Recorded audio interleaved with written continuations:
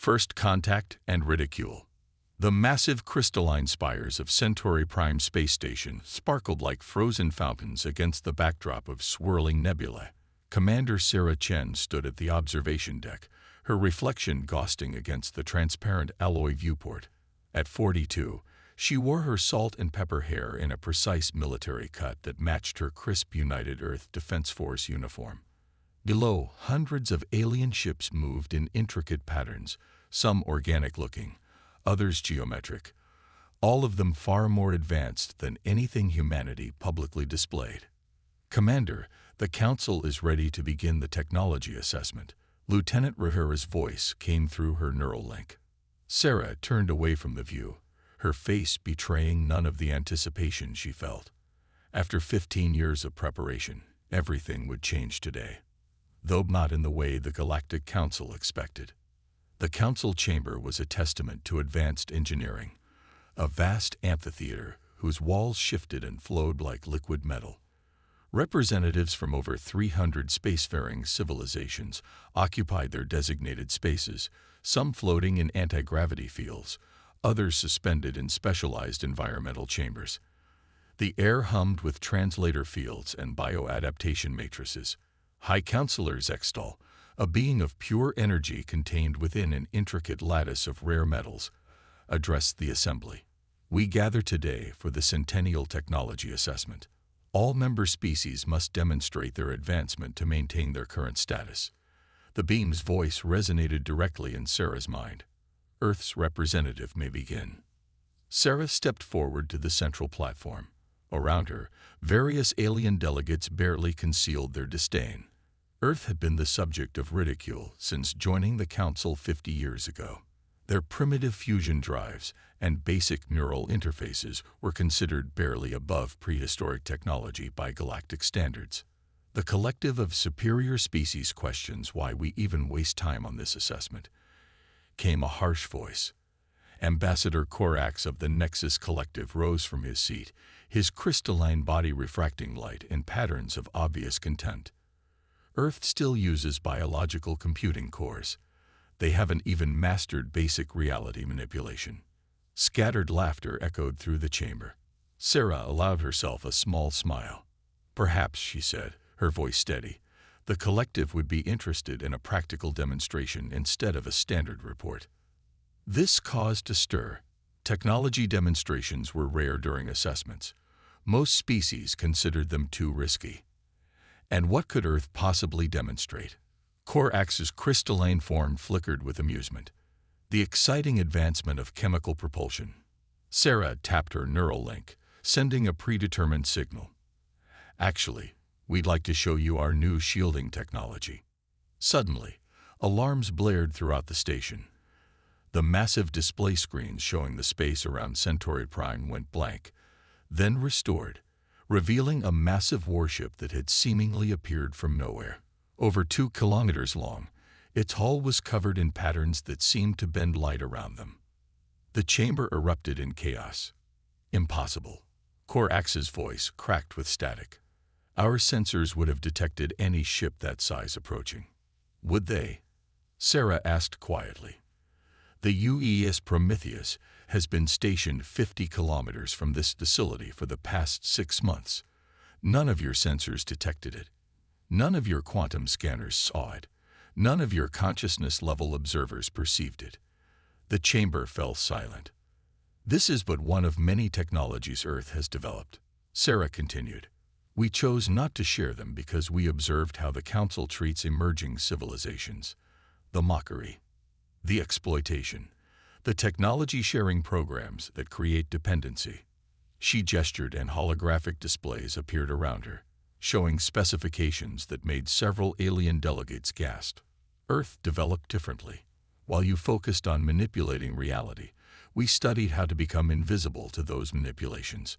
While you built faster engines, we learned how to move without being seen.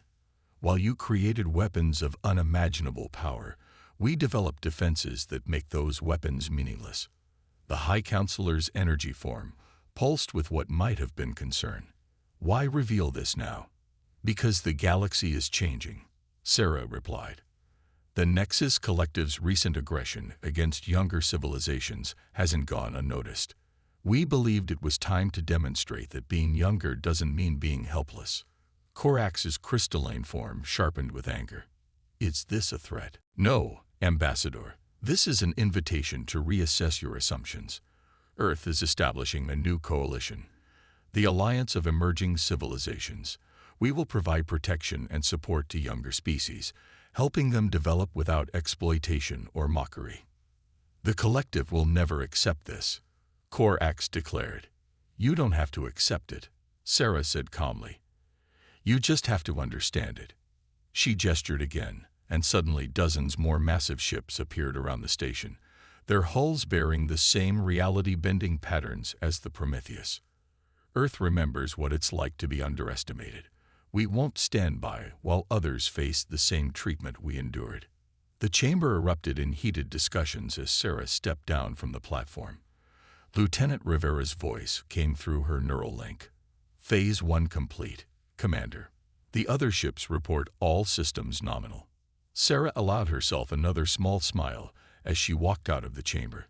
The galaxy was about to change, and Earth would ensure it changed for the better. Sometimes the best way to teach humility was to demonstrate exactly why it was needed. Behind her, the council chamber descended into chaos as the implications became clear. Humanity had never been primitive. They had simply been patient, and that patience had just reshaped the balance of power throughout known space. The real work was just beginning. The hidden arsenal. Deep beneath the Mariana Trench, in a facility unknown to most of humanity, Dr. Maya Patel stood before a wall of quantum displays. The screens showed real-time feeds from Centauri Prime, where Commander Chen's revelation was still sending shockwaves through the Galactic Council. They're scanning the Prometheus with everything they've got, Maya's assistant, Dr. James Coda, reported. His hands danced over holographic controls, monitoring the alien attempts to understand Earth's flagship. Not that it'll do them any good. The quantum shell is functioning perfectly. Maya nodded, her dark eyes reflecting the shimmer of data streams. At 35, she was the youngest person ever to head Project Avalon, Earth's classified technology development program. How are they taking it? The Nexus Collective is throwing what amounts to a diplomatic tantrum, James replied with a slight grin. They've demanded emergency sessions, technical inspections, and formal investigations. The smaller species, though, he pulled up another feed. They're requesting private meetings with Earth's representatives. The facility, designated Deep Point 7, stretched for kilometers through the ocean floor. Its vast chambers housed technologies that would make even the Galactic Council's most advanced members question their superiority. Maya walked through a series of security fields to the central research hub, where her greatest creation hummed with barely contained power. The quantum core filled a spherical chamber 100 meters across. Unlike the crystalline computing matrices used by most advanced species, it was a perfect fusion of organic and artificial intelligence. Strands of engineered bacteria, each containing millions of quantum-entangled particles, formed living neural networks more complex than anything in known space. Avalon, Maya addressed the core. Show me the current probability matrix. The air filled with intricate patterns of light, showing possible futures branching out from this moment. The reveal at Centauri Prime had shifted the galaxy's trajectory dramatically. The Nexus Collective shows a 78% probability of attempting military action within the next solar month. Avalon's voice was neither male nor female, but carried undertones of countless harmonics. However, their uncertainty about our capabilities creates a 92% deterrent factor. They're not used to being afraid, James observed. They're not used to not knowing, Maya corrected. The collective built their power on technological superiority. We just showed them that their understanding of what's possible is fundamentally flawed. Alerts flashed across the displays. The Prometheus was detecting increased activity around major collective military installations. Commander Chen's voice came through on a quantum-encrypted channel. Dr. Patel, they're mobilizing their fleet. Time to show them why that's a bad idea. Maya smiled. Avalon, initiate Protocol Omega. Authorize full spectrum reveal. The quantum core pulsed with new energy. Across the galaxy, on every world controlled by the Nexus Collective, their most secure military databases began displaying the simple message: your systems have been compromised for the past decade. This is a courtesy notice. Scanning their response, James reported, their entire command structure is in chaos. They're finding our quantum tags in systems they thought were impenetrable. Maya walked to another section of the facility, where rows of sleek objects floated in containment fields. Each was about the size of a small car, their surfaces covered in the same reality-bending patterns as the Prometheus. These are just the prototypes, she said, mostly to herself. The first generation of quantum probes we sent out. Everything since then has been invisible even to us, once deployed. The galaxy is already full of our technology. They just never knew it was there. A new alert sounded. The collective had just discovered that their most advanced weapons platforms wouldn't respond to commands. Decades of careful preparation were bearing fruit in a matter of hours. Dr. Patel. Commander Chen's voice came through again. The collective's Supreme Council is requesting an immediate conference. They seem more willing to discuss the future of galactic relations. Send them the specifications for the Mark I quantum drives, Maya instructed. The obsolete ones from 15 years ago. Let's see how they handle realizing they're even further behind than they thought. James pulled up new data streams. The younger species are already forming committees to join Earth's alliance. The power balance is shifting faster than even our models predicted. Maya turned to face the quantum displays again, watching as the galaxy realigned itself around the new reality. Earth hadn't just hidden its advancement. It had completely reimagined what technology could be. While other species built bigger engines and stronger weapons, humanity had woven itself into the fabric of space-time. Avalon, she commanded, begin Phase 2 of the Revelation Protocol. Show them what happens when you try to bully a species that had the patience to play the long game. The quantum core hummed with anticipation. Across the galaxy, on thousands of worlds, humanity's hidden technology prepared to reshape the understanding of what was possible. The Nexus Collective was about to learn that their greatest mistake hadn't been underestimating Earth's technology. It had been giving humanity time to perfect it. In the depths of the ocean, surrounded by the future of human innovation, Maya Patel prepared to change the galaxy forever. Sometimes the best weapon wasn't the biggest ship or the strongest shield. It was the wisdom to wait until the perfect moment to act. That moment had finally arrived. Crisis at Nova Centauri. The serenity of Nova Centauri, a peaceful colony world on the galaxy's outer rim, shattered as the first Nexus Collective warships emerged from hyperspace. Despite Earth's demonstration of power, or perhaps because of it, the Collective had chosen to make a statement of their own. Admiral Viktor Roscov stood on the bridge of the UES Prometheus, watching the tactical displays with steel-gray eyes. At 60, he was a veteran of Earth's silent advancement, one of the few who had guided humanity's hidden rise to power. How many civilian ships in the evacuation zone? 3,412, his XO, Captain Diana Wells, reported. Her dark skin contrasted sharply with the blue glow of the quantum interfaces surrounding her station. The Collective is deliberately targeting their escape vectors. The Nexus Collective had brought their entire third fleet, over 200 crystalline warships, each capable of devastating an unprotected world. They were making a show of force, demonstrating why they had been feared for millennia. They still think this is about strength, Victor mused. He opened a neural link to Deep Point 7. Dr. Patel, are we cleared for Phase 3? Maya's voice came through with perfect clarity, despite the vast distance. Avalon confirms all systems are in position. You have full authorization, Admiral. Victor allowed himself a small smile. Begin the operation.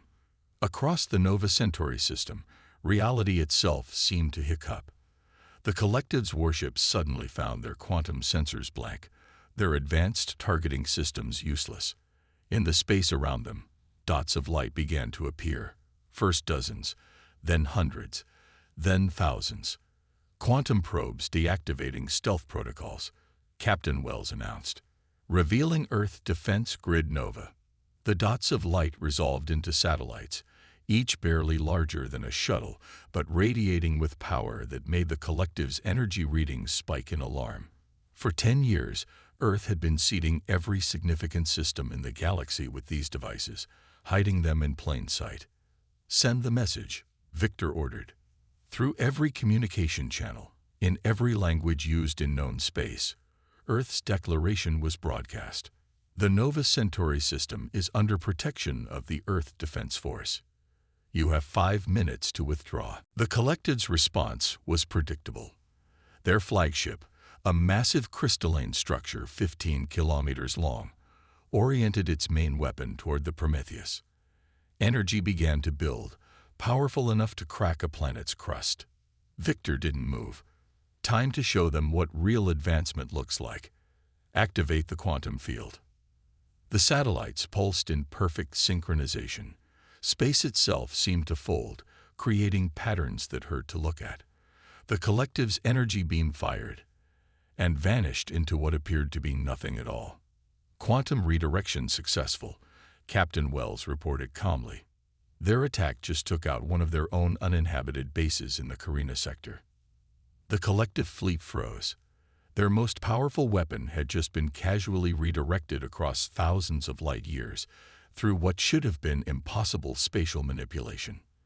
"This is why we waited," Victor said, mostly to himself. "Not to build bigger guns, but to change the rules of what's possible." He opened a channel to the collective flagship. "Your weapons are useless here. Earth doesn't believe in overwhelming force. We believe in making force irrelevant." The quantum displays showed confusion spreading through the collective fleet. Their entire military doctrine was based on superior firepower. The concept of their weapons being simply redirected elsewhere was outside their understanding of physics. "Sir," Captain Wells interrupted, "we're detecting quantum surge readings from the collective ships. They're attempting to activate their mass drivers." Victor nodded. "Let them. Show them what happens when you try to brute force your way through human innovation." The collective ships fired, launching projectiles at near-light speed. The quantum field rippled again, and the projectiles emerged behind the collective fleet, their momentum perfectly preserved, but their direction reversed.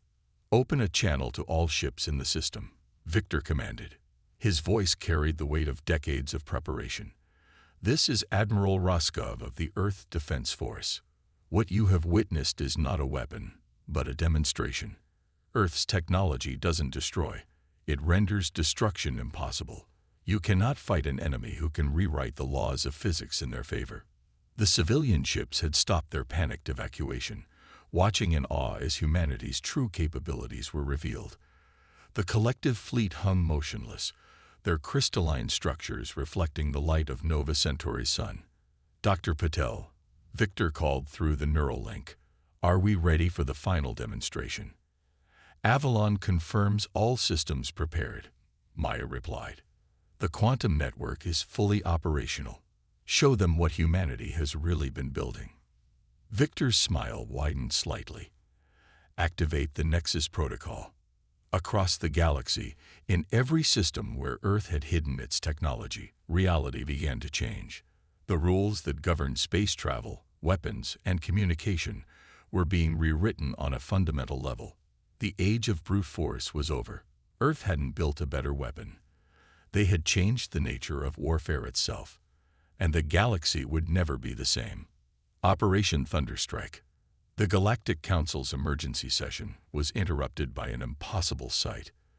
The vast chamber, designed to accommodate representatives from hundreds of species, fell silent as the quantum displays showed the unthinkable. The Nexus Collective's Third Fleet, their most powerful military force, was being systematically dismantled without a single shot being fired. High Counselor Zextal's energy form pulsed with disbelief. "How is this possible?" "Admiral Helena Ju," Earth's newly appointed military representative, stood calmly at the center of the chamber. Her dress uniform bore no weapons, no medals, no signs of military might. At 55, she carried herself with the quiet confidence of someone who knew the true meaning of power. "What you're witnessing," she explained, "is the fundamental difference between Earth's philosophy and the collectives. They believe in domination through force. We believe in making force obsolete." The quantum displays showed another collective warship attempting to fire its main weapons. The energy beam simply ceased to exist midway through its trajectory, the laws of physics themselves seeming to shrug off the attack. Impossible. The collective's representative, a being of pure crystalline thought, vibrated with rage. "You cannot simply ignore the fundamental laws of reality." Helena smiled. "We didn't ignore them. We evolved them. While you were building bigger weapons, Earth was learning to speak the universe's native language." In Deep Point 7, Maya Patel and her team watched through quantum-linked feeds as their life's work transformed the galaxy. The quantum core pulsed with patterns that reflected the fundamental code of reality itself. "Avalon," Maya commanded, "initiate the final phase of Operation Thunderstrike." The artificial intelligence's response resonated through the facility. "Accessing quantum substrate. Initiating universal parameter adjustments." Across known space, reality rippled like a pond disturbed by a stone. Ships using traditional faster-than-light drives suddenly found themselves limited to sublight speeds. Weapon systems based on exotic particle manipulation simply ceased functioning. But vessels equipped with Earth's quantum technology continued operating normally. In the council chamber, Helena activated a holographic display, showing the true extent of Earth's preparation. "For 50 years, we seeded the galaxy with quantum nodes, microscopic devices that could influence the fabric of space-time itself. Not to attack, not to destroy, but to create zones where violent conflict becomes literally impossible." The display showed thousands of points of light, each representing a quantum node. Together, they formed a vast network that encompassed nearly every inhabited system in known space. "This is not a weapon," Helena continued. "This is evolution. Earth spent decades being mocked as primitive, while we worked to ensure that the cycle of violence that has dominated galactic history would end." The collective's representative's crystalline form sharpened aggressively. "You cannot enforce peace through technological superiority. This is no different from our methods." "On the contrary," Helena replied calmly, "we're not enforcing anything. We're offering a choice. Any species that wishes to continue developing weapons of mass destruction is free to do so, in systems without quantum nodes. But in protected space, such weapons simply cannot function." She gestured, and the display showed new data.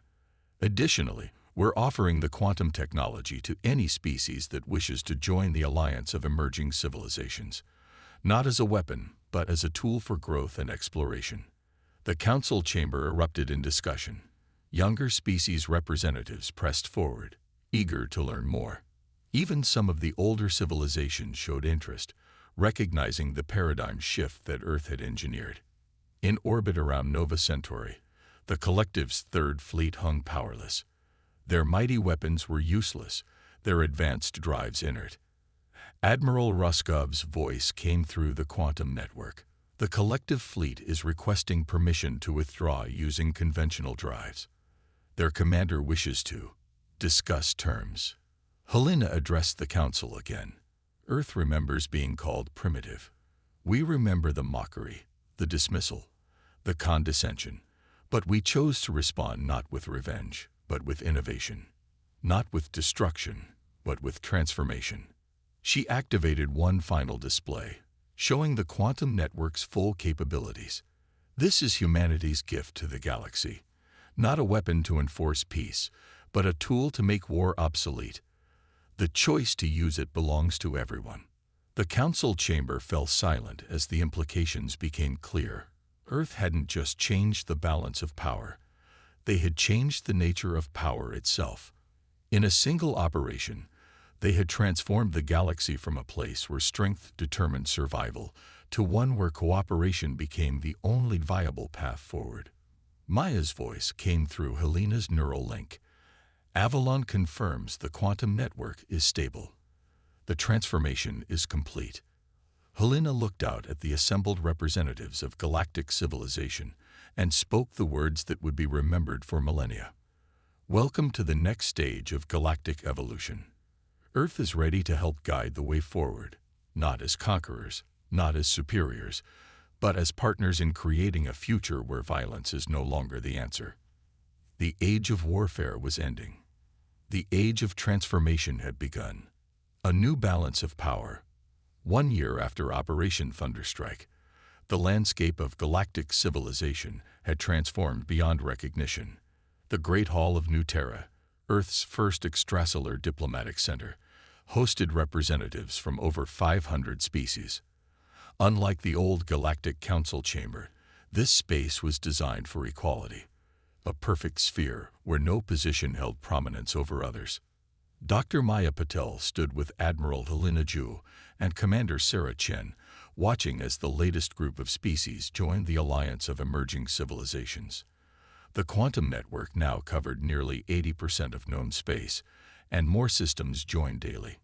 The collective's last holdout system surrendered this morning, Sarah reported, her military uniform now bearing the new insignia of the Combined Defense Force, a joint organization representing all Alliance members. They've agreed to full integration with the quantum network. Helena nodded, her silver hair catching the light from the quantum displays.